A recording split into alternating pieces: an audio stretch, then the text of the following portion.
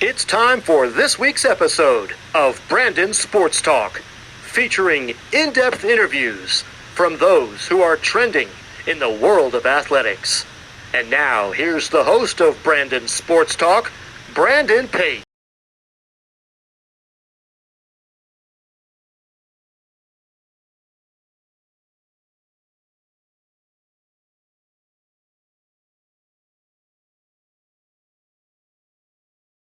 Okay, go ahead.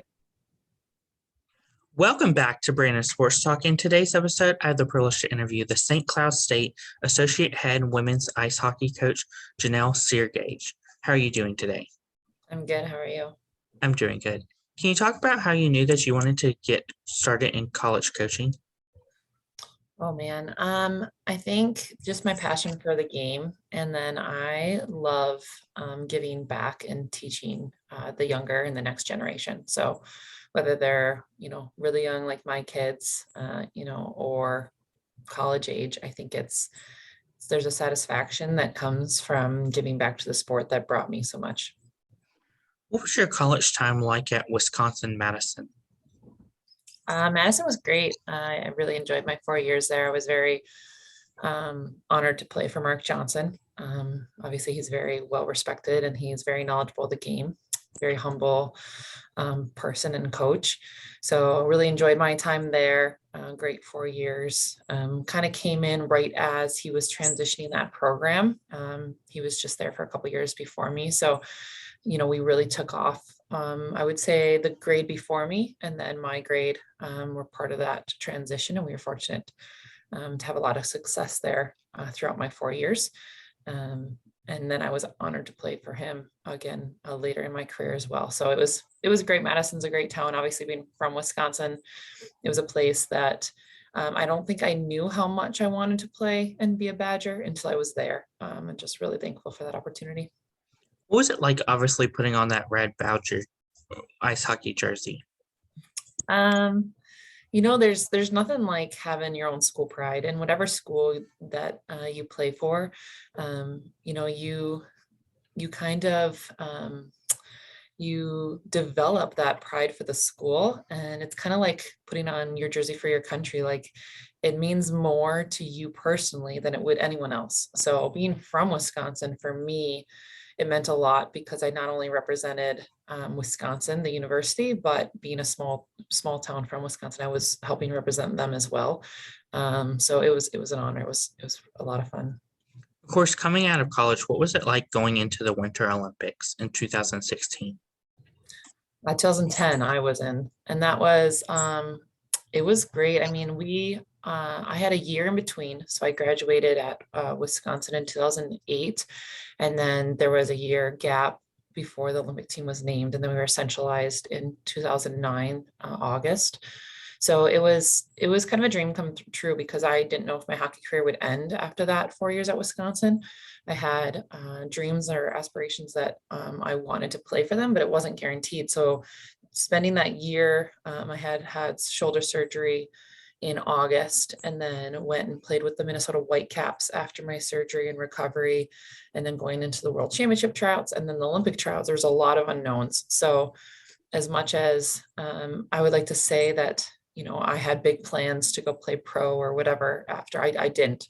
So it was either making the Olympic team or retire. And so I put everything into that training, and I was very grateful to have made that roster in 2009. What were some of your fond memories in the 2010 Olympics? Vancouver was just such an amazing spot to go. Obviously, being close to home, a lot of my family and friends were able to come, so that was really special to me. Not only immediate family and my husband at the time, but just friends that I would have never thought went, that always wanted to go to the Olympics, and it was as if I was their excuse to go.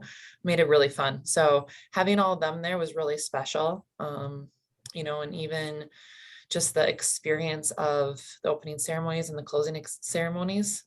It's something that not even all athletes get to experience, depending on when they compete and all the details that go into it. So I was really, really grateful to be able to just have the full Olympic experience, have an amazing coaching staff that just made it really fun.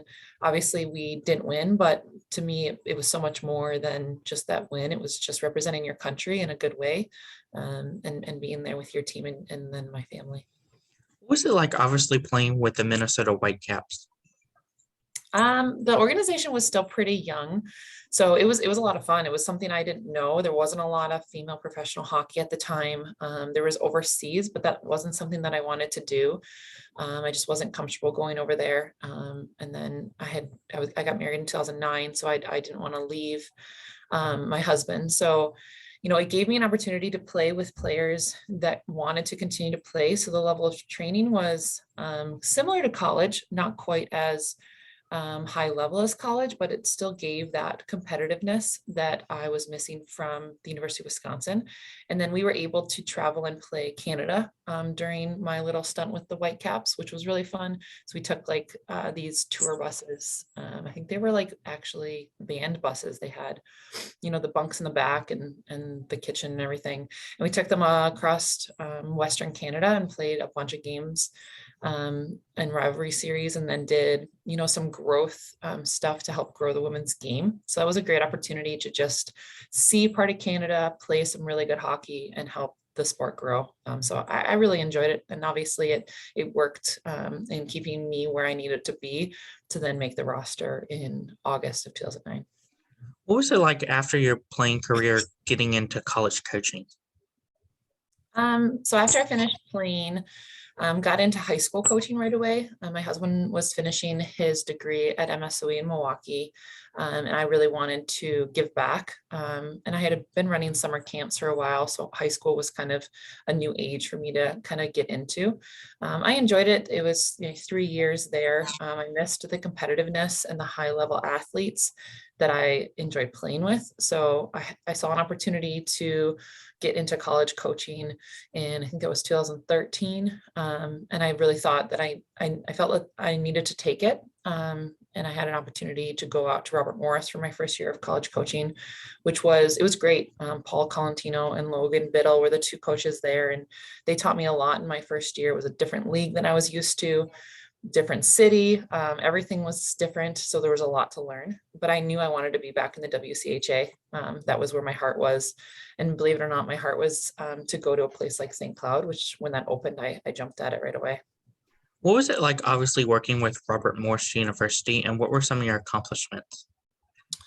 Robert Morris was great. I mean, like I said, the league's very different than I was used to. So, we were traveling to new places, going all the way, out to Penn State, up to Mercyhurst, over to Lindenwood, Syracuse, RIT, like that. All those teams were so new to me. And I had played a couple of them when playing for Wisconsin, but the game is so much bigger than I had even fully grasped as a college player. So it gave me a new outlook on different opportunities that players have, different leagues that they have, different locations and different universities. Robert Morris is much different, obviously, than the University of Wisconsin-Madison.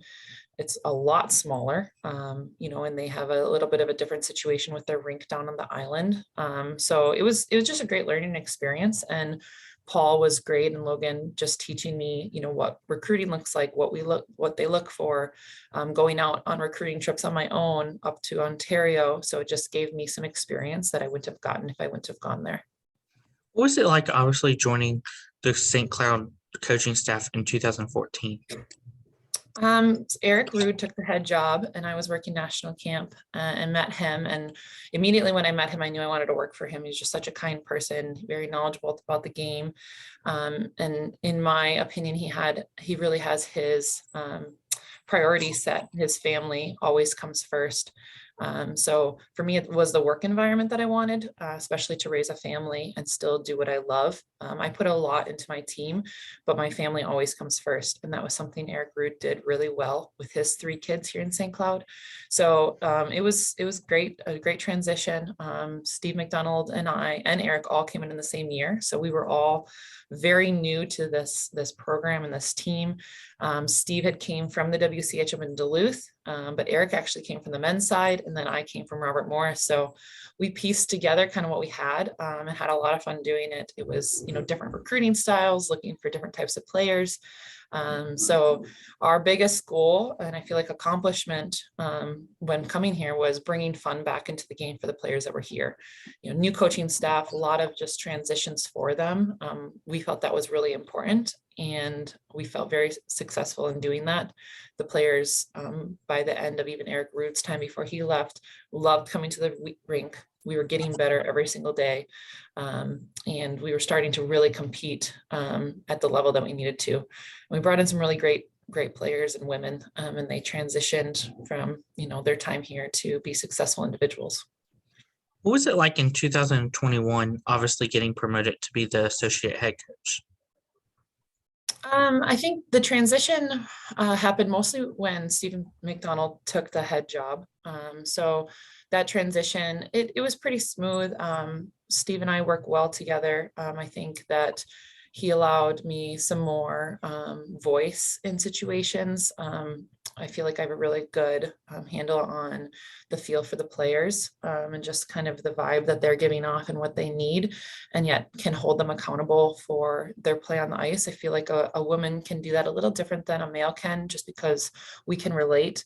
We can really be hard on them without them feeling like they're going to take it personally. So I feel like that transition was very smooth, and it just allowed me more room to give my voice and my leadership, and be able to push the players even more out of their comfort zone. What does a typical game day look like, obviously, at St. Cloud? We play weekend series, so the majority of our series are always Friday, Saturday. Depending on if our men's team's home, we either play a night game on Friday or an afternoon game. So, for example, if the men are home and we play an afternoon game, we have morning optional ice, mainly because our players have class, so we don't require a pregame skate in the mornings. And then we will have a weight room warm-up session with our strength coach that he'll do. It's just like a 30-minute agility, quick feet dynamic warm-up. And then the players will have their pregame meal at around 11 o'clock for a 3 o'clock game. And then they go do their own thing, come back at 1 o'clock to get ready. Depending again on the series, sometimes we'll do a team meeting around 1:30 just to get everybody's minds in the right space. And then they're kind of on their own until they're on ice warm-ups at 2:30, puck drop at 3, obviously play the game. And then after, we do meals here for them for their recovery. And then if the men are playing, some players will pop back and watch some of the men's game. Otherwise, coaches will do video Saturday morning to recap what we needed to get better on from Friday's game, and then kind of the same thing over on Saturday. Who are some of the top teams that you play in your league? We have a lot of really good teams in our league. Minnesota and Wisconsin are always the first two, but Ohio is very good this year. We actually play them this weekend. So they've been really improving over the last couple of years. And I think Wisconsin and Ohio are the two that when you play against right now, it's you got to be ready. You got to be ready, and you have to be disciplined, because you give them an opportunity and they'll take it, and they'll take that puck to the net, and they'll get great opportunities to score. Was it like obviously getting to play Ohio and Wisconsin, as they are the leaders up in your team? I mean, personally, I think our players love the challenge. I think there's something about being the underdog that is great, because you aren't expected to win, and that's sometimes takes some of the pressure off. But we know we can. We know we can bring it to any team in our league any day. So our players have really gotten to that place. I couldn't say that 5 years ago, but I know our team, if they put together a 60-minute hockey game, they can beat any team in our league or in the country. So I think it's just a matter of keeping their mind in the right place, and really just having fun with it. Like, I think everybody plays their best hockey when they have fun and they don't have a lot of pressure. So playing those big teams, sometimes more pressure's on them than it is on us, because, they don't want to lose to a lower team in their conference, or, an away game at St. Cloud. So I'm excited for our players on any game day to be able to showcase what they can do and surprise any team. Of course, how has obviously your hockey camp helped you into your coaching career? I've been running my hockey camp for about 17 years, which is crazy to think about. The hockey camp's mostly a developmental camp, so it's ages 7 or 8 to 14 this year. I'm going up to high school, but I would say the hockey camp, like I said, is mostly to help develop these players, but the great thing about it is I use all college athletes to work the camp. So I think it's a great opportunity to help teach those players. So I have probably 5 of our SCSU girls work the camp, and a mixture of girls from all over the country that come in from D3 or D1 programs to work it. And I think I'm able to help teach them how to give back and how to teach the younger generation, because sometimes it's easier to play the game than it is to teach the game to smaller, younger individuals. So when I find myself teaching it too, you learn a lot about the game and how to even play it when you break it down for a kid. So I think it helps our players, it helps them in their maturity, them learning that how much they're influencing and impacting these younger players and how much they are role models to them. So there's so much more than hockey that goes on during the camp, which I think is what I'm so proud of. We help them become better hockey players, but it's more the role models, the mentorship, and inspiring them to want to play college hockey or want to play for the national team someday that I'm so proud of. What does the recruitment process look like for prospective student athletes looking to go into ice hockey? The recruitment process, the biggest thing I always tell recruits is just continue to get better every single day. Figure out how you can challenge yourself to get better. And you always want to be on your team, the middle in talent or the bottom in talent. That's because you always want somebody that is better than you, or if you can play or practice with somebody that's more talented than you, because it makes you be better. So as the recruits we communicate with, where are they playing? How are they going about their development? Because that's the most important. The college communication stuff, that's going to come on its own. I think some people get so caught up in making sure college coaches see them, making sure college coaches get their emails and phone calls or whatever. I think they get distracted by that and get away from just focus on their development. College coaches will find you, and your coach is your best advocate for you. So, as long as you have a good relationship with your coach and you're getting better, there's great communication that can happen between college coaches and your youth coach. The rules when it comes to actually communicating to those athletes, college coaches cannot communicate to them until June 15th, going into their junior year. So, before that, I just feel like athletes just need to work on getting better. And then after that, there can be phone calls and conversations with college coaches and that player. But the biggest thing is to communicate, what you're looking for in universities, and then get to know the coach, because ultimately you're joining a family at a college level. You're not just an individual coming to play. So the coach really needs to get to know you and your character and you as a person to know if you're going to be a good fit for their university. Of course, what are some things that you look at in recruits going to the schools? Biggest thing is how they think the game. And I know that sounds funny because obviously I don't know what they're thinking, but how their hockey brain is, like, where are they moving when the puck's not on their stick? Are they in a good space? How are they reacting to a turnover? What are they doing when they get the puck? Are they moving their feet and progressing it up ice? Or are they waiting to pass it? There's so many different little things of the game that's kind of how that you can tell what they're thinking, or what their hockey brain is. That's super important to us. We can always teach skating. I can always teach shooting and stick handling, but the way people process the game and how quickly they respond, that I have a really hard time teaching. And I don't even know if you can teach it, to tell you the truth, by the time you get it to college. So really trying to find the right players for those spots that can think the game. And anticipation is a big one, is just knowing kind of where you want to be before you need to be there. What does the official visit look like for prospective student athletes looking to go to St. Cloud for hockey? So the official visit is an opportunity for a university to pay for a recruit to come to campus. So you have an allotted time slot. We never use more than 48 hours. for those official visits. We would pay for a flight for that individual to come down. So depending on where they're from, anywhere from over in Europe to Canada to obviously right down the street in Minnesota, we pay for their trip up, whether they're driving or flying, their transportation, and then for their stay here. So depending on what that visit looks like, it might be putting them up in a hotel, or it might be them staying with other athletes here on campus. And from the time they step on campus to the time they leave, everything's covered. So we cover their meals, their lodging, their entertainment if they're going to go to a men's game, their ticket to go to that men's game, our game, obviously. And then we tie in there a tour of campus, talk with admissions, again, depending on what their major looks like, who they're talking to, what recruit, what host we might have. So we'd take a player on our team that would be their host. So they would basically be available for them, go to lunch with them, go to dinner with them, that they can ask questions to, all those meaty questions about the coaches. So that host would be able to do that. And then obviously meeting with the coaches and being around the rink, being around practice, being around the locker room until they leave. So it's quite a lot can be fit into an official visit, but everything is covered within that visit.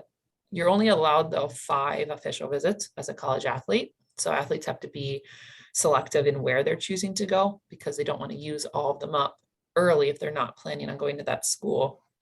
They shouldn't use that visit because if they use them all, they can't use any more. Then they would do an unofficial visit and have to pay for everything.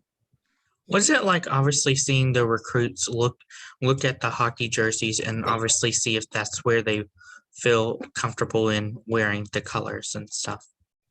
I think the recruits, before you do an official visit, especially the people you're in conversations with to take those visits have been having long conversations. So, I mean, coaches can be talking to these recruits for, 2 years, if not longer, some of them depending on if they're a PG student or not. So you have a really good idea of who that student athlete is. They already know a lot about the university before they come on their official visit. I think that's super important because, they're just coming here to actually experience everything. So they've already got information about the university. They already know about the coaches, staff, and had conversations with both coaches or all 3 coaches.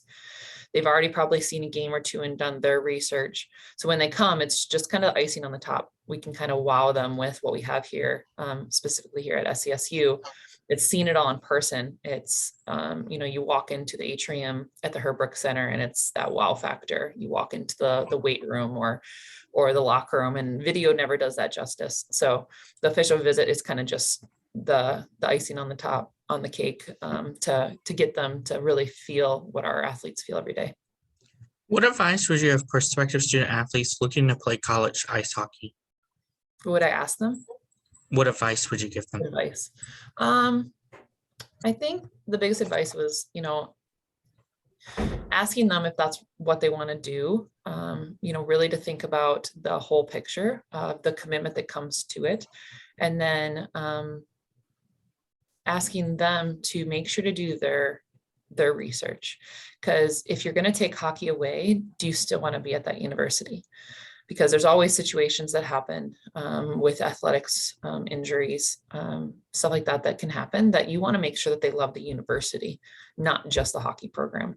Because a college experience as a student athlete, it's not just an athlete, and you have to enjoy the student part as well. So when it comes to the size of the classes and the size of the campus and even the location, that's all a big piece of our athletics.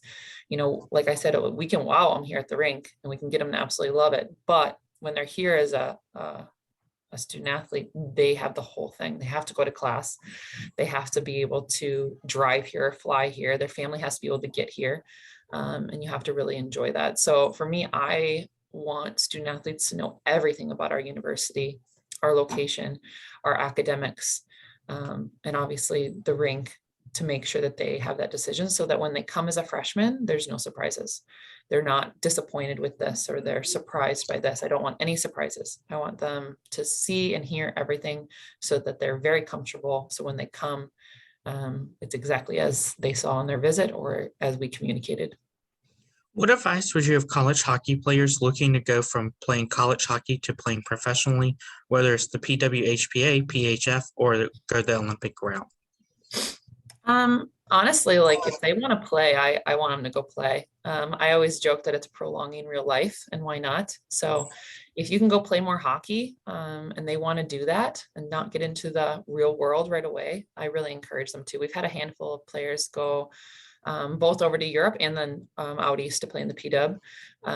There's hockey, professional hockey right here in Minnesota with the Whitecaps and then with the PWHL. So I really encourage them, if that's what they want to do, go and experience that, because it's experiences that hockey brings you that you won't get in the work world. So, we've had a couple players like, I don't really want to go get a job right away.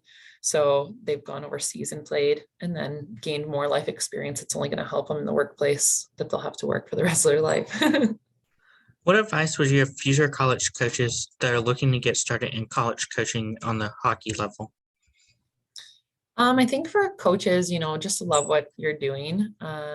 And, depending on what age you really connect with, for me, it's integrating life, my passion of hockey, and my desire to help young women, girls become women.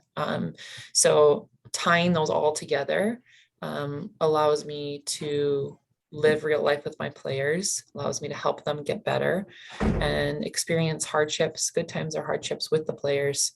That's going to help them in their real life. So if you love hockey, if you love the sport, you love impacting young women, and you love being able to connect with them over a sport that for me brought so much joy and opportunities, get into the game. There are not enough women in the game specifically, and I think a lot of women that have finished playing, whether they want to become moms or get married or kind of they're maybe even fearful of trying to get into the college game with their family.